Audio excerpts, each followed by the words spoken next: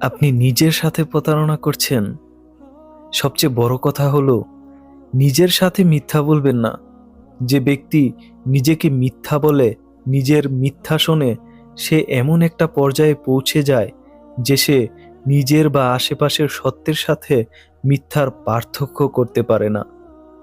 ফলে সে নিজের প্রতি সম্মান হারিয়ে ফেলে, অন্যদের প্রতিও হারিয়ে ফেলে। সম্মান না থাকায় সে ভালোবাসতেও ভুলে যায়।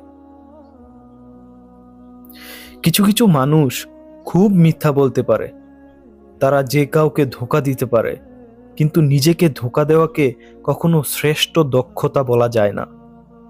এটা আপনাকে বিপদগামী করে দেবে এবং যে জিনিসগুলো আপনার সত্যিকার অর্থেই দরকার সেগুলো থেকে আপনাকে দূরে সরিয়ে দেবে। কিন্তু আপনি কিভাবে বুঝবেন যে আপনি নিজেকে মিথ্যা বলছেন? প্রথম নিদর্শনটা হলো আপনি অন্তর্দর্শনকে এড়িয়ে চলেন। বর্তমান বিশ্ব ক্রমাগত ডিস্ট্রাকশনে ভরপুর, আর আছে বাহ্যিক নানা উপস্থাপনা। আপনি আপনার চিন্তা ভাবনা নিয়ে একা সময় কাটাতে চান না, নিজের ভেতরের চিন্তা ভাবনাকে নিয়ে সময় কাটাতে ভয় পান। কারণ সময় দিলে তো কিছু রূঢ় বাস্তবতার মুখোমুখি হতে হবে। এজন্য আমরা অন্য মানুষের সঙ্গে গল্পগুজব করে, ফোনে ইউটিউব বা সোশ্যাল মিডিয়ায় সময় ব্যয় করে, অথবা হয়তো অন্যভাবে সময় নষ্ট করি। আপনি নিজেকে সময় দিতে চান না, নিজেকে বোঝার সময় দেন না যে হয়তোবা ভুল কিছু ঘটছে জীবনে। আপনি যে নিজেকে ধোঁকা দিচ্ছেন, নিজের সাথে সময় কাটাতে না চাওয়া, অন্তর্দর্শন না করাই এর সবচেয়ে বড় লক্ষণ। দ্বিতীয় নিদর্শন হচ্ছে অন্যের কিছু কিছু বিষয় আপনাকে ক্ষুব্ধ করে তোলে। যখন আপনি দেখেন যে অন্য কেউ নিজের সাথে সৎভাবে জীবনযাপন করছে, স্বাধীনভাবে জীবনযাপন করছে, স্বাধীনভাবে কাজ করছে, তখন আপনি কেন যেন আপসেট ফিল করেন। আপনি তার প্রতি কিছুটা হিংসুটে মনোভাবাপন্ন হয়ে ওঠেন।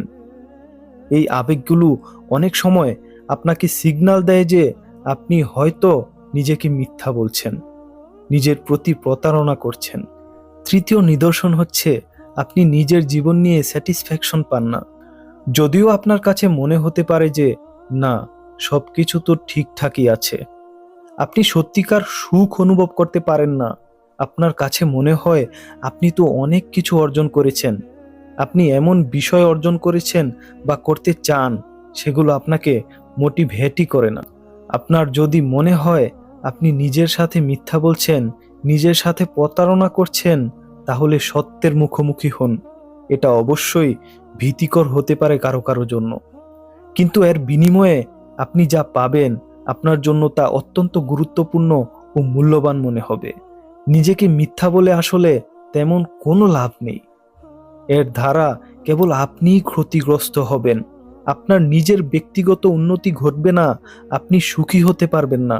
তাহলে কেন আমরা প্রকৃত জীবনযাপন করব না বলুন? আমরা আসলে কে? আমরা কি হতে চাই? এটার ভেতরেই তো আছে সত্যিকারের মানসিক পূর্ণতা।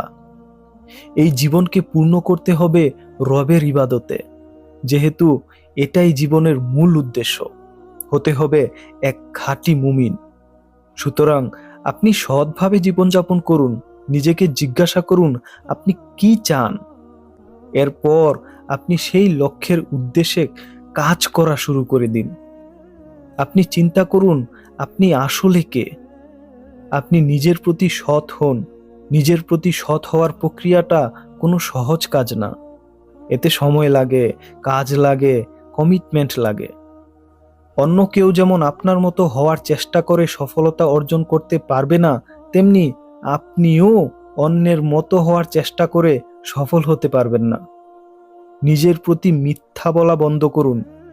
এই সিদ্ধান্ত আপনাকে অবশ্যই কখনোই রিগ্রেট করতে হবে না।